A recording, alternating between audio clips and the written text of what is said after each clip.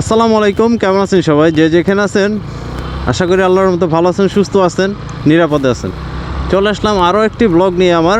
আর আজকের ব্লগটা আমি ঠিক তালতলা থেকে শুরু করলাম, কুচিয়ামরা ব্রিজের উপর দিয়ে যাব। তো যাওয়ার আগে মনে হলো আপনাদেরকে এই জায়গাটা একটু দেখাই। অনেকে আসছেন বা অনেকে আসেন না, যারা আসেন না তারা দেখেন, যারা আসছেন তো তারা আসছেনই। আসলে এই ব্যস্ততম রাস্তার মধ্যে এটা হচ্ছে মানে সাইড লেনটা, যেটা দিয়ে আর কি আপনারা বিনা টুলে কুচিয়ামরা ব্রিজ পার হতে পারবেন। এটা হচ্ছে সেই রাস্তাটা। আর ওই দিক দিয়ে হচ্ছে ডাইরেক্ট একেবারে পদ্মার সাথে কানেক্টেড রাস্তা, এটা যেটা দেখতেছেন 4 লেনের রাস্তা। তো আমি চলে আসলাম ঠিক এই রাস্তা দিয়ে আর যাব হচ্ছে ঠিক ওই যে সোজা উঠবো আর আপনাদের সাথে কথা বলি, আপনাদের সাথে কথা শেয়ার করি। তো রাস্তাঘাট তো কম বেশি সবাই দেখাই, যেহেতু এটা মাওয়ার রাস্তা, এটার ভাবসাবই আলাদা। বাংলাদেশের মধ্যে সবচেয়ে নামি দামি সেতু হচ্ছে পদ্মা সেতু, আর সেই রাস্তা হচ্ছে এইটা। রাস্তা দিয়ে আর কি যাই, ভুলে থাকলে ক্ষমা দৃষ্টি দেখবেন। সামনে দেখেন দুইটা আসতেছে, আমার মনে হয় এইখানেই ব্রেক করা লাগবে। ওই যে দেখেন ওই আবার ডিপারও মেরে হয়েছে। যাই হোক, এটা সাইড মেট নিয়ে চলে গেলাম আর এখন যাব ঠিক ব্রিজটার উপরে উঠবো। তো ওঠার সময় দেখাই আপনাদের সাথে, ভিডিওটা তো শেয়ারই করবো। তো কথায় আরেকটি আপনাদের ব্লগে আমন্ত্রণ। আমি জানি না কতটুকু ভালো করতে পারি আপনাদের কাছে, তবে চেষ্টা করি ভালো করার জন্য। আর আবহাওয়াটা তো দেখতেছেনই, খুবই স্মুথলি একটা আবহাওয়া, খুবই ঠান্ডা একটা আবহাওয়া। যেই রোদ বৃষ্টি যেই রোদ ছিল 2 দিন আগে, আর এখন আল্লাহর রহমতে আবহাওয়াটা কতটা চমৎকার। মনে হয় যেমন অনেকটা মেঘ আইসা পড়তেছে, কিন্তু আসলে না, মেঘলা দিন, মেঘ আসার সম্ভাবনা আছে। আর ঠিক এই পাশটা হচ্ছে রেল লাইনের রাস্তাটা, যেটা দিয়ে আর কি ঠিক বরিশাল বা ভাঙ্গা পর্যন্ত যাওয়া যায়। আমি সঠিক জানি না কতটুকু আপনারা দেখতে পারতেছেন, তবে আমি দেখানোর চেষ্টা করতেছি। আর এই দিক দিয়ে হচ্ছে ঠিক আমি চলে যাব হচ্ছে কুচিয়ামরা ব্রিজ পার হয়ে, তারপরে যাব আমার বাসায়। তো আজকের ব্লগটা আমি একটু শেয়ার করলাম আপনাদের সাথে এই জিনিসটা দেখার জন্য। খুবই সুন্দর একটা দৃশ্য বা খুবই সুন্দর একটা পরিবেশ তৈরি হয়েছে। সব কিছুর দেওয়ার মালিক হচ্ছে আল্লাহ, আর পরিবেশ দেওয়ার মালিকও আল্লাহ। আল্লাহ না চাইলে কিন্তু এত কিছু হইতো না। তো সকলেই ইনশাল্লাহ নামাজ পড়বেন 5 ওয়াক্ত, যারা মুসলমান আছে। ব্রিজ তো পার হয়ে গেলাম, আর সাথে তো আমার 4B আছে, যেটা দিয়ে আমি আমার লাইফের অনেকটা সময়টা পার করছি। মানে অনেকটা বলতে যে অতটা না, কিছুটা কম। তো এখন যাব হচ্ছে কুচিয়ামরা ব্রিজ, আর আমাদের রাস্তা ঠিক নিচ দিয়ে যেতে হবে। নিচ দিয়ে যাওয়ার পর ডাইনে একটা রাস্তা আছে, ওইটা দিয়ে যাওয়ার পর তারপর হচ্ছে কুচিয়ামরা ব্রিজ। আর এই দিক দিয়ে হচ্ছে বললাম ওই যে ডাইরেক্ট পদ্মা টু পোস্তগোলা ব্রিজের সাথে একেবারে কানেক্ট করেন না। তো যাই, আর আপনাদেরকে দেখাই কতটুকু মানে ভিডিও দেখাতে পারি। আসলে যখনই ব্লগ করি তখনই সব কিছু কেমন যেন আউলাই জায়গা, সব কিছু মন থাকে না। তবে মানে কথা বলি একটা, হয় আর একটা, আবার চিন্তা ভাবনা করি আজকের ব্লগে এই জিনিসটা আপনাদের সাথে শেয়ার করবো, কিন্তু আসলে ওইটা করা হয় না। আর যেগুলো তো পারি ওগুলো তো শেয়ার করি। ঠিক এই রাস্তাটি দিয়ে হচ্ছে আমরা এখন যাব কুচিয়ামরা ব্রিজ। ওই যে দেখেন অন্ধকার, আর এখন যাব হচ্ছে বামে।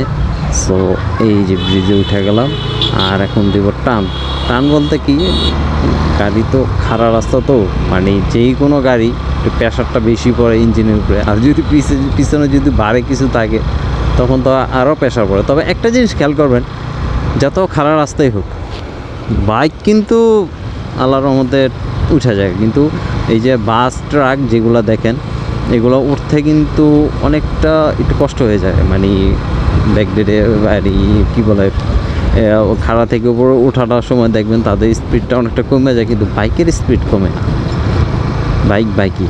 তো আমি ঠিক কুচিয়ামরা ব্রিজের উপরে চলে আসছি এখন, আর যতটুকু ব্রিজটা আছে অতটুকু আপনাদের সাথে আমি কথা বলবো। এটা হচ্ছে নদীটা, ঠিক ওই পাশে হচ্ছে রেল লাইনের রাস্তাটা, ওইটা আবার ওই যে ওই পাশ দিয়ে মিলছে। তো সামনের দিক ফলো করি, ডানে বাই ফলো না করাটাই আমার মনে হয় এখন বেটার। আর এই দিক দিয়ে হচ্ছে কোনো টোলমোল কিচ্ছু লাগে না, আপনারা সরাসরি পদ্মার পার যেতে পারবেন। বাট পদ্মার সেতুতে মনে হয় না উঠতে পারবেন, যেহেতু বাইক সিরিজ আপাতত বন্ধ।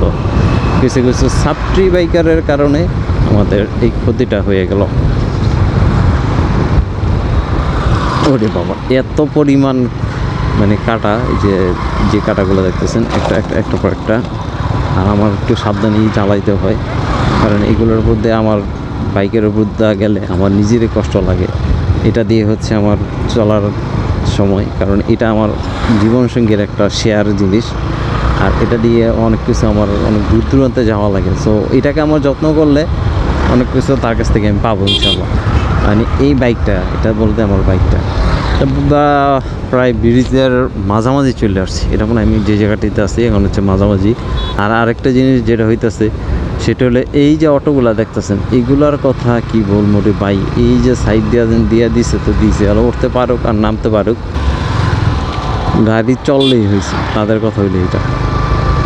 অবশ্য সে শক্তি বা আছে এরকম ব্রিজে উঠতে পারে। আর এটা মানুষের ইনকামের সোর্সের একটা দিক, ভালোর দিক, কিন্তু অনেক সময় তাদের কিছু দিকগুলো অনেকটা খারাপ হয়ে যায়, যার জন্য আমার কাছে খারাপ লাগে এই দিকগুলো।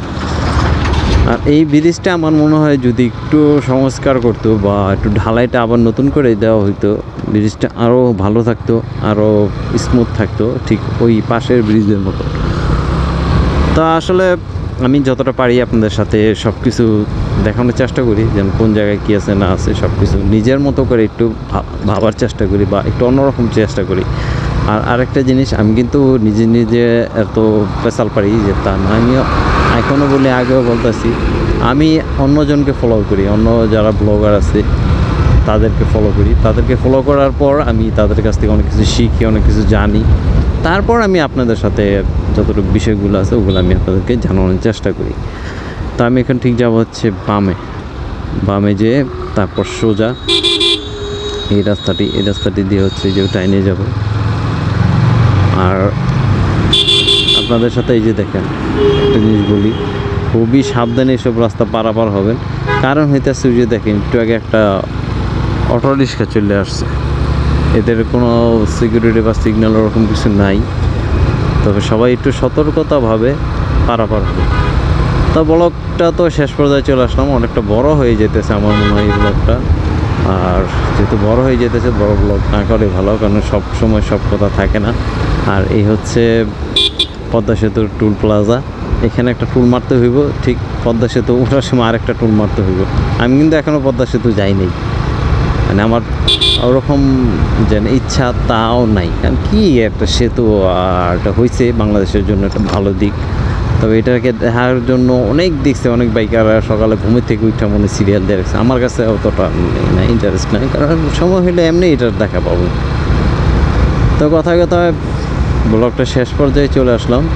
আর যেটা আমি সব সময় ব্লগ শেষ করার আগে আপনাদের সাথে শেয়ার করি, যেটা হইতেছে, ভালো লাগলে এই চ্যানেলটি একটু সাবস্ক্রাইব করুন ভাই।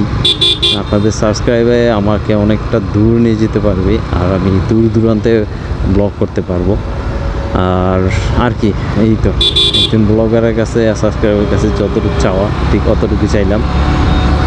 আশা করি আমার এই ভিডিওটা আপনাদের অবশ্যই ভালো লাগবে। আর আমার চাইলে ফেসবুকে পেজ আছে, পেজটাও ফলো করতে পারেন, দেদূর এই চ্যানেলটি। নামটা হঠাৎ করে নেওয়া, আগে নাম ছিল রোডটি ব্লগ, বাট এখন চেঞ্জ করে দিচ্ছি দেদূর। তো দেদূর নামটা হঠাৎ করে মাথাতে আসে, আমি যে কাউকে দেখছি তা না, পরে দেখে অনেকেরই চ্যানেল আছে। সবাই ভাবতে পারেন যে কারোটা কপি করছে বা ই করছে, আমি আসলে এটা না। কিন্তু যখন একটু চিন্তা ভাবনা করলাম যে একটু ডিফারেন্ট কিছু নাম দরকার, কারণ ইউটিউবে দেখা গেছে অনেক সময় ডিফারেন্ট নামের জন্য অনেক কিছু হয়ে যায়। তো এই জন্য আর কি আমার এই চ্যানেলটার নাম দেওয়া,